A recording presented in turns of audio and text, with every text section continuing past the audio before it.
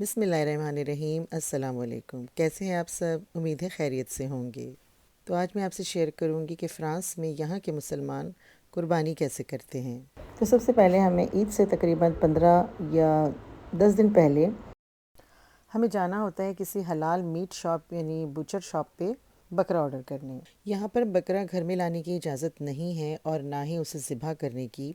तो ज़्यादातर लोग इसी तरह मीट शॉप पे बकरा ऑर्डर करते हैं, हाफ़ पेमेंट करनी होती है और ईद के सेकंड डे आपको फुल पेमेंट के बाद बकरा हैंड ओवर कर दिया जाता है, जिसमें वो आपको सिरी से लेकर पाए सब कुछ पूरा बकरा आपको देते हैं। अब आपकी मर्ज़ी है, आपने वो चीज़ें रखनी है या नहीं रखनी, वो आपने फेंकनी है, किसी को देनी है, उन्हें ही वापस रखने को कहना है, लेकिन वो आपको पूरा बकरा देते हैं। और उसमें कटाई के पैसे भी शामिल होते हैं। पूरा बकरा बाकायदा छोटे छोटे पीसेस में कटा हुआ आपको हैंड ओवर किया जाता है। कुछ लोग गाय में हिस्सा डालते हैं और कुछ लोग कुर्बानी ही नहीं करते कि यहाँ पे क्या फ़ायदा, पता नहीं तरीके वाली कुर्बानी नहीं है ये, और हम पाकिस्तान पैसे भिजवा देते हैं। अच्छी बात है, आप पाकिस्तान में कुर्बानी करें, वहाँ पे ये होता है कि बहुत से गरीब लोग हैं और उनको मिल जाती है।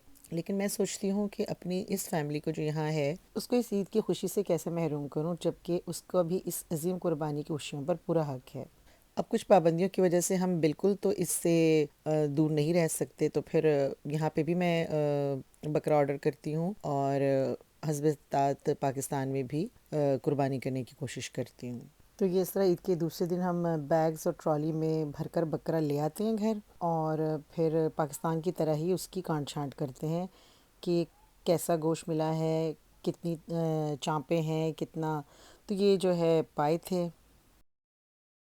यहाँ देखिए ये तकरीबन सारी ऑर्गन्स बकरे के जो है उन्होंने भेज दिए थे, जिसमें ये जो चादर है चर्बी की और कलेजी, तो हम पटे तिकों में फ़ौरन ही इस्तेमाल कर लेते हैं, धोकर उसको चादर को सुखाकर फिर जो है वो चर्बी के पार्चे बनाकर उसमें कलेजी को लपेट कर तिक्के बनाए जाते हैं। उसकी मैंने एक रेसिपी अपने चैनल पे भी अपलोड की है, पेशावरी पट्टे तिक्के के नाम से, और ये बहुत ही डिलीशियस तिक्के होते हैं। और यहाँ के लोग भी, जो मैंने जहाँ तक देखा है, ये लोग भी इसी तरीके से तिक्के बनाते हैं। तो ये हमारा ट्रेडिशनल पेशावरी स्टाइल है और हमारे घरों में यही बनाया जाता है ईद के पहले दिन, या सेकंड डे भी बना सकते हैं, आपको कोई मसला नहीं है। इसके अलावा ये गोश्त देखिए बहुत ही ज़बरदस्त फ्रेश, और फ्रेश तो था ही, लेकिन बहुत ही हेल्दी टाइप मीट था, मुझे तो बड़ा पसंद आया। फिर उसका जो है हस्बैंड ने मेजरमेंट किया कि तकरीबन यहाँ पे बकरा कितने किलो हमें मिला है। आपको पता है मर्दों को इन चीज़ों का बड़ा शौक़ होता है ईद पे कि हमारा कितने किलो का बकरा था और यहाँ पे इस प्राइस में ये किस तरह दे रहे हैं। तो उन्होंने वो सारा जो है वेट किया, तो ये तकरीबन बग़ैर सिरी पाए और चिड़ी के ये 19 to 20 kg था। और इनकी प्राइसेस भी हर साल ही बढ़ती रहती हैं। मुझे याद है जब 1-2 साल बाद जब मैंने कुर्बानी पहली दफ़ा की थी तो वो 150 यूरो थी, फिर 200 हो गई, फिर 250, पिछले साल 300 थी और इस साल 350 पर पहुंच गई। तो महंगाई के साथ साथ ज़ाहिर है इनके प्राइसेस भी बढ़ते जाते हैं। तो यहाँ पे जितने लोगों को हम जानते हैं कि जिन्होंने कुर्बानी नहीं की, उनको हम कुर्बानी का गोश्त भिजवाते हैं। और इसके अलावा पड़ोसियों को तो मस्ट है, चाहे वो करें या ना करें, हम अपने ट्रेडिशनली और इस्लामिक वैल्यूज़ के हिसाब से उन्हें भी भेजते हैं, क्योंकि वैसे भी उनके घरों में भी खाना बनता है, हमारे भी, लेकिन फिर भी हम खाना भेजते हैं। तो इसी हिसाब से गोश्त का भी ये नहीं सोचना चाहिए कि उन्होंने किया हुआ है, तो पड़ोसी पड़ोसी होते हैं, उनका अलग ही हिसाब है। उसके अलावा जिन लोगों का मुझे पता होता है कि मेरी बेटी की फ्रेंड ने कुर्बानी नहीं किया, बातों में पता चल जाता है, तो उनको मैं ज़रूर भिजवाती हूँ। कुछ यहाँ पे पाकिस्तानी भाई हैं जो कि अकेले रहते हैं और घर के खाने को मिस करते हैं, उनको दावत दे देती हूँ। इसके अलावा माशाल्लाह से हम भी 5 फैमिली मेम्बर्स हैं, तो हमें भी अल्लाह ताला की जो है नेमतों से इस्तिफ़ादा करना, यानी हम भी अल्लाह के बंदे हैं, तो हमें खुश करना भी हमें ख़ुद से ज़रूरी है। अल्लाह ताला ने हमें ये मौका दिया है ईद का, तो हम भी इससे बहुत भरपूर फ़ायदा उठाते हैं, अपने लिए भी अच्छा खासा रखते हैं। पहले दिन हम एक प्रेशर कुकर में मैं कुछ गोश्त चढ़ा देती हूँ और जो इसको हम नमकीन गोश्त कहते हैं उस हिसाब से मतलब उसको हम उसी तरीके से खाते हैं। उसमें कोई मसाले नहीं होते, सिर्फ नमक होता है और वो ड्राई हो जाता है जब पानी उसका नरम हो जाता है, तो हम उस तरह ही उसे खाते हैं। उसके अलावा थोड़ा सा एक उसी का पार्ट लेके मैं हरी मिर्च और टमाटर काली मिर्च के साथ बनाती हूँ।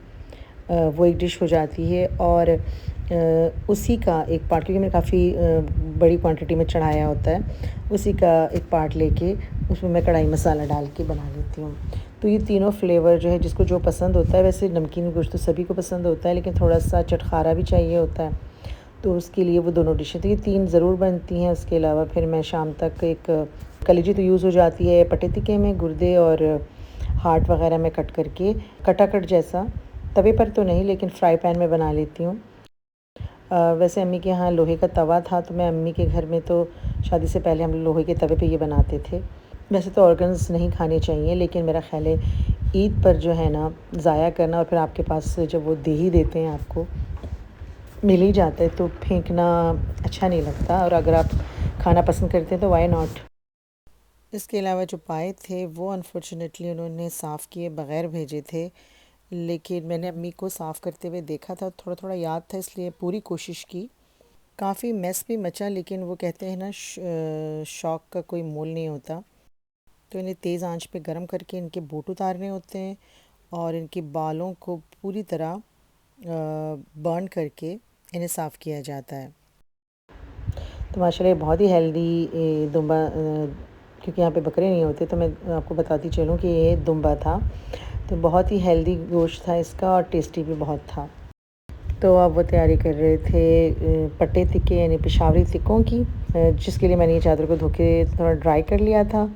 उन्होंने इसको फिर जो है कट किया, फिर इसको इस तरह गोल गोल रोल करना होता है, और उन्होंने इस तरह गोल गोल रोल करके छोटे छोटे पार्चों में बारीक स्ट्रिप्स में कट कर लिया। कलीजी को भी दरमियाने साइज़ में काट लेते हैं, फिर इन्हें इस चर्बी की स्ट्रिप में रख के पूरा फ़ोल्ड कर देते हैं। आपकी मर्ज़ी है, आप इन्हें कम चर्बी में भी फ़ोल्ड करना चाहें तो कर सकते हैं, नहीं तो पूरी स्ट्रिप लपेट लें, जिसको जिस तरीके का पसंद होता है, लेकिन तरीका तकरीबन यही है। और जब आप अपने बारबेक्यू में अगर इसे इस तरीके से बनाएंगे, तो आप अपनी पूरी बारबेक्यू में सबसे ज़्यादा इसको एंजॉय करेंगे, ये मेरी गारंटी है। लेकिन ये सिर्फ उन लोगों के लिए है जो कलेजी लवर हैं, और जिनको नहीं पसंद तो उनके लिए कुछ नहीं कह सकती। और आप कलेजी पे भी नमक लगाएं और उसके बाद चर्बी पे भी ऊपर से हल्का सा नमक थपथपा दें, तो ये बहुत ही मज़ेदार तिक्के तैयार होते हैं। इसके बाद इनकी बारी आती है सेंकने की, तो इसे हल्की आंच पे सेका जाता है कोयलों पे, और ये ज़्यादातर बकरे की कलेजी और दुम्बे की कलेजी से ही तैयार किए जाते हैं।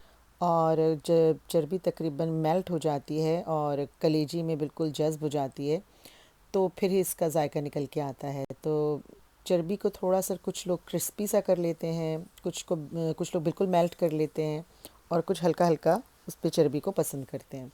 तो ये अपने अपने टेस्ट पर है। इसके अलावा हम कुछ सादा बोटियों के भी बारबेक्यू करते हैं हल्का सा नमक लगा के, जिससे गोश्त का अपना ओरिजिनल जायका निकल कर आता है। तो ये हैं मटन के वो तीनों पकवान जो कि एक ही डिश नमकीन गोश्त से मैं तैयार करती हूँ। इसके अलावा ये गुर्दे कलेजी जो हैं, सॉरी हाँ जी, गुर्दे और थोड़ी सी कलेजी भी मैंने डाली थी इसमें बचा के। तो इनको मैंने पहले लहसुन अदरक फ्राई करने के बाद उसी में फ्राई कर लिया था, और फेफड़े मैंने बॉईल करके उनका पानी निथार के छोटे छोटे टुकड़ों में काट लिया था। तो यहाँ जब गुर्दे कलेजी वगैरह थोड़े से भुन गए और उनका कलर चेंज हो गया, तो मैंने ये कटाकट के स्टाइल में, क्योंकि ज़ाहिर है मेरे पास ना वो इक्विपमेंट थे और ना ही वो तवा था तो जो कि प्रोफेशनली होता है, तो फिर मैंने ख़ुद ही इन्हें छोटे छोटे पीसेस में कट किया और इसमें मिक्स कर दिया। फिर इसमें ज़ीरा, कुटी लाल मिर्च, हल्दी, लाल मिर्च पिसी हुई, और एक मसाला मैं मिक्स स्पाइसेस का बनाती हूँ, वो भी 1 चम्मच मैंने इसमें डाल दिया था। और जब मैंने इन्हें मसालों के साथ अच्छी तरह भून लिया, जिसमें मैंने सूखा धनिया और टमाटर भी शामिल कर दिया, और फिर इसमें हमारी तीखी वाली बारीक मिर्चें बारीक काट कर, विच इज़ वेरी इम्पॉर्टेंट, और वो शामिल की। थोड़ी सी कसूरी मेथी डाली खुशबू के लिए। फिर इसे कुछ देर भाप में रख के कि ताकि टमाटर थोड़े से मेल्ट हो जाएं, तो लीजिए हमारा फ्राई पैन कटाकट तैयार हो गया। लास्ट में इसमें थोड़ा सा अदरक और धनिया पुदीना काट कर डालें और गरम मसाला छिड़कें। बस फिर ये रेडी है। और बस ईद के दूसरे दिन फिर बारबेक्यू होता है और इसके साथ मैं एक सिंपल सा बहुत ही इजी वाइट पुलाव बनाती हूँ। इस दफ़ा हमारी ईद कैसी गुजरी ये मैं आपसे शेयर करूँगी नेक्स्ट व्लॉग में, क्योंकि वीडियो काफ़ी लंबी हो जाएगी। आज के लिए बस इतना ही। अपना बहुत सा ख्याल रखिएगा, दुआ में याद रखिएगा। अल्लाह हाफिज़।